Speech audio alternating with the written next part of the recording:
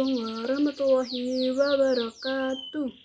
Perkenalkan, nama saya Intan Kartika Sari dengan NIM 213131119 dari Prodi Pendidikan Islam Anak Usia Dini dari Universitas Raden Mas Said, Surakarta. Di video kali ini saya akan menjelaskan tentang anak dengan gangguan belajar spesifik. Video ini dibuat untuk memenuhi nilai mata kuliah pendidikan inklusi anak usia dini. Selamat menyaksikan. Pengertian gangguan belajar spesifik. Gangguan belajar spesifik merupakan gangguan internal yang menunjukkan bahwa ketidakmampuan belajar berasal dari anak tersebut sehingga terjadi hambatan kemampuan perspektual yang meliputi persepsi, visual auditory, maupun taktil kinestis anak usia dini. Gangguan belajar spesifik anak usia dini adalah ketidakmampuan belajar secara efektif dalam membaca, menulis, dan berhitung sejalan dengan usia dan kecerdasan anak. Jenis-jenis gangguan belajar spesifik anak usia dini dibagi menjadi 3, yaitu yang pertama, disleksia. Disleksia merupakan gangguan belajar membaca yang disebabkan oleh kesulitan mengenali dan memahami kata-kata atau simbol-simbol tertulis. Yang kedua yaitu disgrafia. Disgrafia merupakan kesulitan menulis yang mempengaruhi keterbacaan, kecepatan, dan kelancaran tulisan tangan. Yang ketiga yaitu disgrafi, merupakan kesulitan melakukan perhitungan matematika yang terintegrasi dengan fungsi otak untuk membaca, menulis, dan berhitung.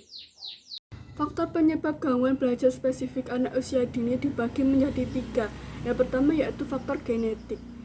Disleksia sendiri dipengaruhi oleh faktor genetik dan cenderung berjalan dalam keluarga.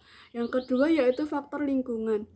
Kurangnya rangsangan belajar, kecemasan atau tekanan dari lingkungan dapat mempengaruhi kemampuan belajar anak. Yang ketiga yaitu faktor neurologis. Gangguan pada struktur atau fungsi otak juga dapat menjadikan penyebab gangguan belajar spesifik pada anak usia dini. Diagnostik gangguan belajar spesifik. Yang pertama yaitu kesulitan kemampuan akademik, di mana diindikasikan dengan adanya paling sedikit satu dari gejala berikut ini dan sudah menetap selama minimal 6 bulan, yaitu tidak akurat atau lambat dan perlu usaha keras untuk membaca kata, kesulitan memahami arti dari sesuatu yang dibaca, kesulitan mengeja, kesulitan menulis, kesulitan memahami tentang angka atau penghitungan angka, kesulitan dengan penalaran matematika.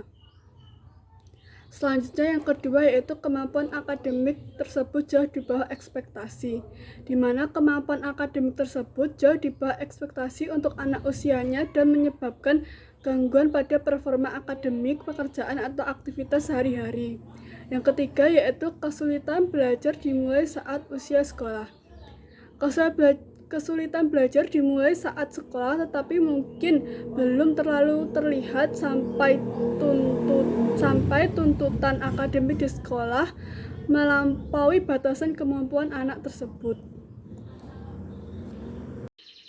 Dukungan dan peran orang tua dalam mengatasi gangguan belajar spesifik anak usia dini. Yang pertama yaitu pendampingan aktif, di mana orang tua perlu terlibat aktif dalam mendukung proses pembelajaran anak. Yang kedua yaitu pembelajaran terstruktur, di mana pembelajaran tersebut menciptakan lingkungan belajar yang terstruktur dan menyenangkan di rumah. Yang ketiga yaitu komunikasi terbuka dengan sekolah. Menjalin hubungan komunikasi yang baik dengan guru dan staf sekolah sangat penting dilakukan oleh orang tua dan sekolah. Karakteristik anak gangguan belajar spesifik. Yang pertama, kesulitan mengekspresikan diri, membicarakan sesuatu tidak berarti, sulit mencari kata-kata yang tepat. Yang kedua yaitu lambat dalam mengerjakan tugas, seperti mengikat sepatu dan menyebutkan waktu. Mengikat sepatu menjadi sulit bukan disebabkan karena motorik yang lemah, namun karena kebingungan arah. Yang ketiga yaitu tidak perhatian, mudah terganggu. Yang keempat yaitu ketidakmampuan mengikuti arahan karena ketidakmampuan memahami instruksi lisan. Yang kelima, kebingungan kanan dan kiri. Keenam yaitu kesulitan dalam belajar huruf, waktu, kata-kata, dan irama dalam lagu. Hal ini karena urutan huruf bersifat tidak logis sehingga sulit dipahami gangguan belajar spesifik. Selanjutnya yaitu lemah dalam keterampilan bermain di lapangan. Permasalahan perspektual berdampak pada motor planning, yaitu perencanaan gerak motorik sehingga tampak tidak lincah saat bermain. Selanjutnya kesulitan belajar, kesulitan membaca. Yang terakhir, campur aduk dalam mengatur urutan huruf atau angka ketika menulis. Anak tidak paham mengapa harus diurutkan I, B, U, A, bukan B, U, I. Sekian dari saya. Wassalamualaikum warahmatullahi wabarakatuh.